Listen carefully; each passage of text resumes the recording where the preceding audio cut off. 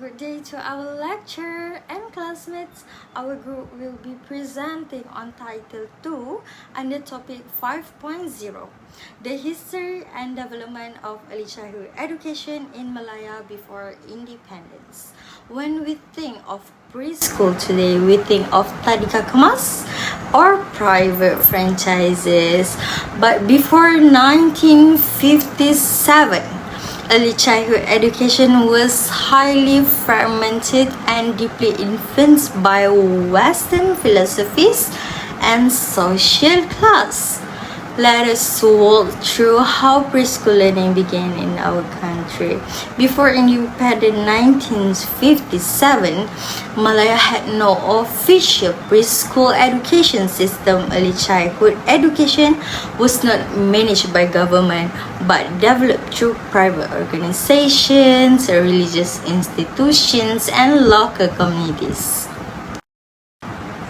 Now let's dive into the colonial school structure and the preschool gap. During the British colonial era, the government had absolutely no policy or budget for early childhood education. The formal school system only recognized primary education starting age 7 years old. The British colonial administrators believed that the nurturing children at 7 years old was strictly a family responsibility, not a state matter. This lack of government involvement created a massive gap, allowing private individuals and different cultural communities to invent their own versions of preschool. So, at age 7 to 6, there's no government preschool, no office policy, and no funding. So, what happens next? Now let me introduce you to the Western philosophies. When preschool finally appeared in Malaya in 1920s and 1930s, they were heavily based on Western educational ideas, specifically the concept of Friedrich Froebel, who invented the word kindergarten, and Dr. Maria Montessori were introduced. These philosophies argue that young children should not be forced into rigid academic drilling. Instead, they should learn through structured play, sensory toys, music, and social interaction. These ideas completely transformed the concept of childcare among the wealthy elite in Malaya. So let's talk about the elite expatriates nurseries.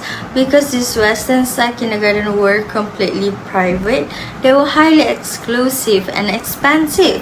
They were established in wealthy urban areas and European planter enclaves such as Kuala Lumpur, Penang, and Ipoh.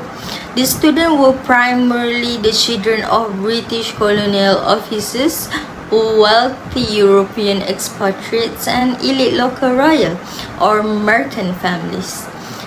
These nurseries were conducted entirely in English and acted as elite feeding grounds to prepare children for prestigious colonial secondary school, such as Ellis Smith School 1949, established in Kuala Lumpur after World War II, and Colonial Urban School Environment 1920s until 1930s that represent wealthy areas such as Kuala Lumpur, Penang, and Ipoh shows the British colonial setting where expatriate family live.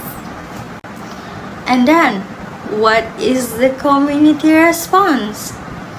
While wealthy expatriates had their nurseries, the local communities had to adapt. In 1940s, the Chinese community took matters into their own hands to protect their cultural identity and language from British assimilation. Chinese communities leader began opening kindergarten classes attached to existing Chinese vernacular primary school. These classes taught basic reading, counting, and Chinese cultural values, marking to the first major wave of community-funded non-English early childhood education in Malaya. So let's go to the part religious and informal learning in Malay villages. In contrast, in rural Malay villages or kampungs, formal preschool didn't exist before World War II. Instead, early childhood education took the form of informal religious training. Young children were sent to a local mosque, surau, or the teacher's home for kelas agama or mengaji session.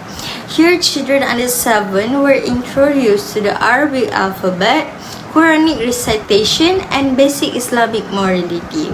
While Western curriculum, it served a vital tool for early character development and socialization. So, let's go to the next part, which is the post-war II transformation in 1945 to 1955. At the end of the World War II in 1950-55, the landscape changed rapidly after World War II. The social disruption left by the Japanese occupation made communities realize the urgent need for structured childcare.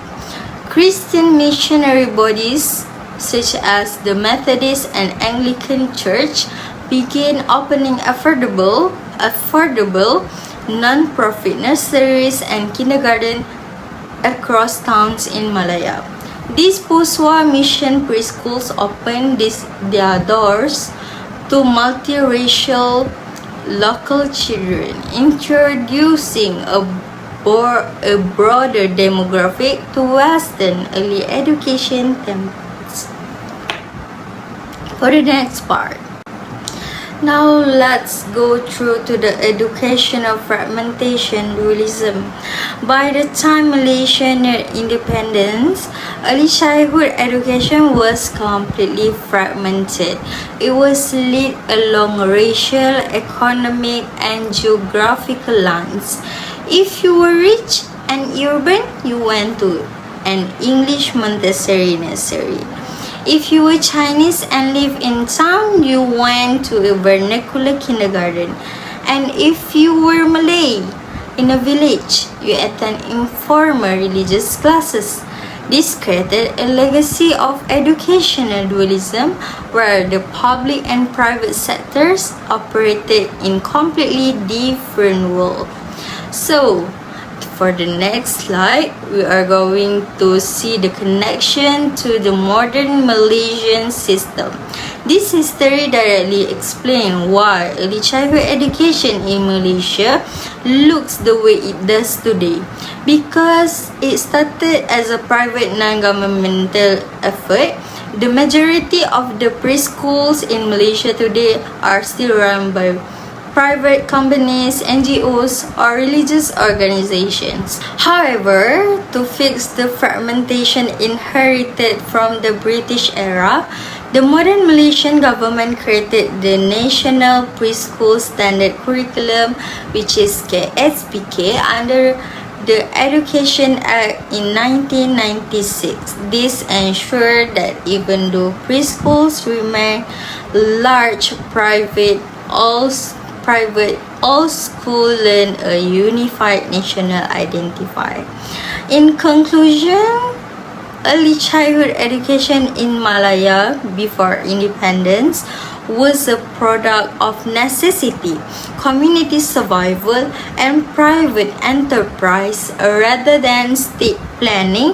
By understanding these roots, we can see why standardizing preschools today is so important for national unity. Thank you very much for your time, and we are now ready to take your questions.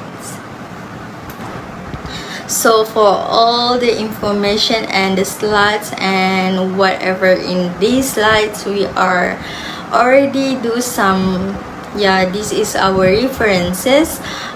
from Hashim et al., Rahman et al., and Nanrajiv Yadav that already researched about this the history of the early childhood education before the independence.